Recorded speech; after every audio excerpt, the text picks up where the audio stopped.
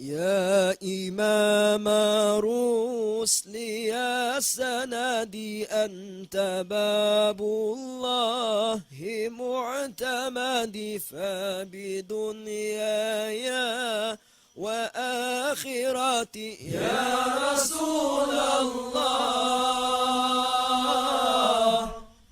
خذ بيدي. أعوذ بالله من الشيطان الرجيم. بسم الله الرحمن الرحيم. Like every Mondays, inshallah, we go through some of the hadith from Riyadh-us-Saliheen. So we started from Bab Tawbah, Bab Niyah, talking about the Niyat, Amal. Today we're just going to cover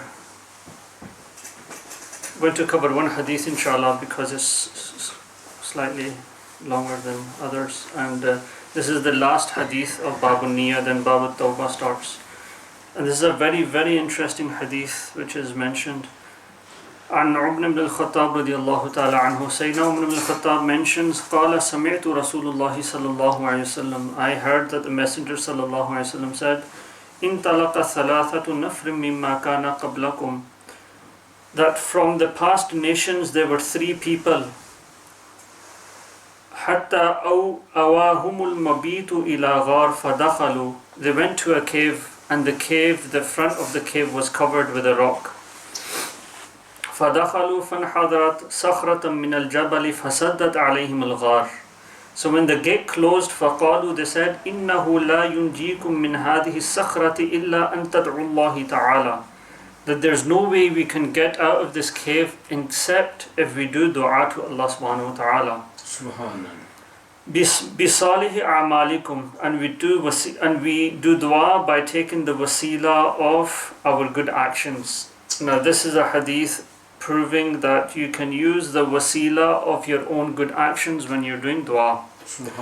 So the first one says, قَالَ رَجُلٌ مِّنْهُمْ, three people, this is the first one's dua. اللهم كان لي أبوين شيخان كبيران, Ya Allah subhanahu wa ta'ala, I had two bazurg parents, walidain.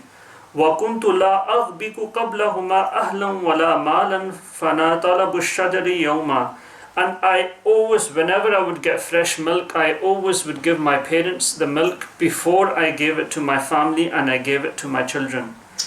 One day, فَلَمْ أُرِحْ عَلَيْهِمَا حَتَّى نَامَ فَحَكَبْتُ لَهُمَا, one day I came home and my parents went to sleep without drinking milk. فَوَجَدْتُهُمَا نَائِمًا فَكَرِهْتُ أَنْ أُوقِظَهُمَا وَأَنْ أَغْبِطَ قَبْلَهُمَا, and I thought it's not good to disturb their sleep. But then I thought to myself, there's no way I'm going to give milk to my children before my parents actually go to sleep.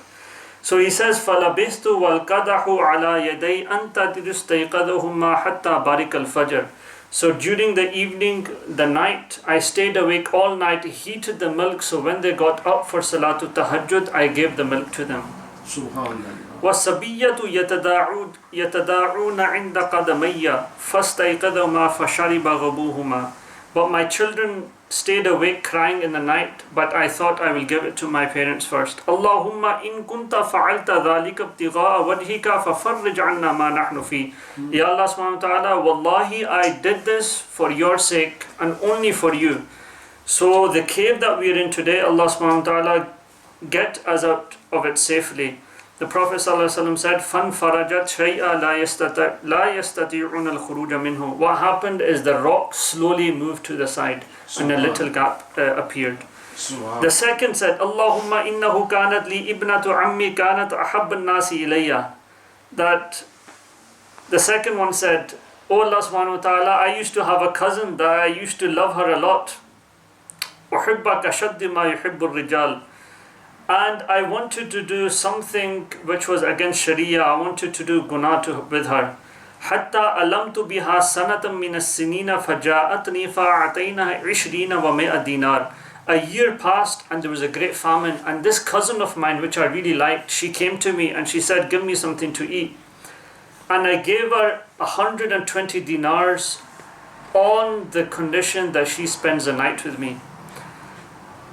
So she took the money أن تخيل بيني وبين نفسها ففعلت حتى إذا قدرت عليهما وفي رواية فلما قعدت بين رجليها قالت. And in the night when she came to me, and I loved her a lot, she was very beautiful and very good looking. She said to me, اتق الله ولا تفض الخاتم إلا بحقه. She said, oh my cousin, fear Allah subhanahu wa ta'ala in their rights to the opposite sex.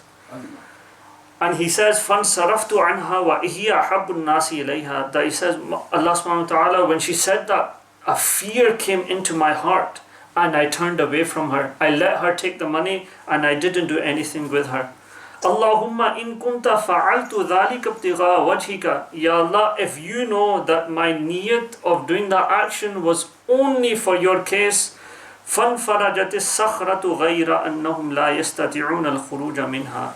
That Ya Allah subhanahu wa ta'ala open a way for us from the cave. And the Prophet ﷺ said the rock then moved even slightly more and there was more of a gap there to exit.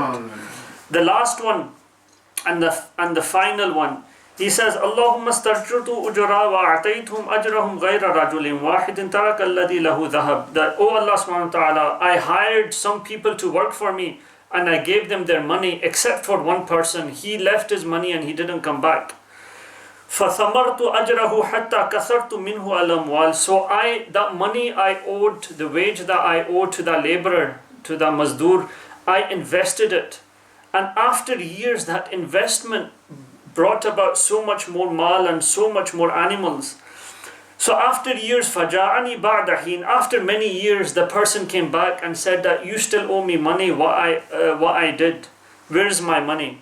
And he says, Ya Abdullah, أدي إلي أجري فقلت كل ما ترى من أجرك من الإبل. He says, oh person, that all of this that you're seeing from the mal and from the animals, this is all your wage. And the guy looked at it and he's thinking, he's sarcastic. How could you pay me all of this for such a small job that I did? And he says, Ya Allah, you know the niyat that I had inside my heart was I only gave all of that up for your sake, because that was his wage which I invested. So everything that was invested and was made from that wage was always his. So he says, فَقَالَ يَا عَبْدُ اللَّهِ لَا اسْتَهْزَئُ بِي فَقُلْتُ لَا اسْتَهْزِئُ بِكَ فَأَخَذَهُ اللَّهَ فَاسْتَقَى. So he takes all of that and he says, Allahumma in kunta fa'altu dhal ibtigha'a wajhika. That, oh my Allah, if I wanted to, I could have taken that money and never given a penny to him. But I did that for your sake. And the Prophet ﷺ says, فَافْرُجْ عَنَّا مَا نَحْنُ فِيهِ فَانْفَجَرَتِ السَّخْرَةُ فَخَرَجُوا يَمْشُونَ مُتَّفَقٌ عَلَيْهِ. So as soon as he put his hand down, Allah subhanahu wa ta'ala moved the stone total away and then they exited from that mountain. Muttafaqun alayhi hadith. So the couple of lessons that we learn from this hadith is that firstly, even if the intention is to do something bad but you do not do it, Allah subhanahu wa ta'ala still rewards you for your intention. And here 3 people, the first one served his parents, the second one was going to do guna but he stopped, the third one had to give someone his mal and he gave it to them. And they all did that for the sake of Allah subhanahu wa ta'ala. And then when they did dua, what did they say? Ya Allah, these good actions that we did for your sake. Allah subhanahu wa ta'ala forgive us and protect us. And then so Allah subhanahu wa ta'ala accepted their duas.